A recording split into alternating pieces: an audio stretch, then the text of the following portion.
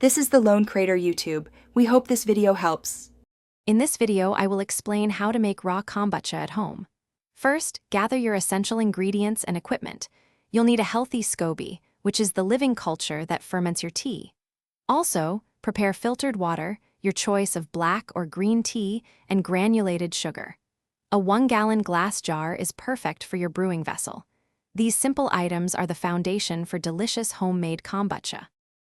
Next, let's prepare the sweet tea base for your kombucha. Begin by boiling 4 cups of filtered water. Once boiling, remove from heat and steep 8 tea bags or 8 teaspoons of loose leaf tea for about 5 to 10 minutes. Stir in 1 cup of granulated sugar until it fully dissolves. It is crucial to let this sweet tea cool completely to room temperature before proceeding. Now it's time to set up your fermentation vessel.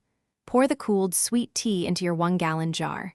Add 12 more cups of filtered water, then introduce 2 cups of unflavored, raw kombucha starter liquid. Carefully place your SCOBY into the liquid. Cover the jar with a breathable cloth, like a coffee filter or cheesecloth, and secure it with a rubber band. This allows airflow while keeping contaminants out. Finally, let the magic happen. Ferment your kombucha for 7 to 10 days at a temperature between 68 and 78 degrees Fahrenheit. Begin tasting around day 7 to achieve your preferred balance of tartness and sweetness. Once ready, remove the SCOBY and reserve 2 cups of the fermented liquid for your next batch. Bottle your delicious raw kombucha, leaving about 1 inch of headspace in each bottle. Thanks for watching. Consider subscribing if we helped you.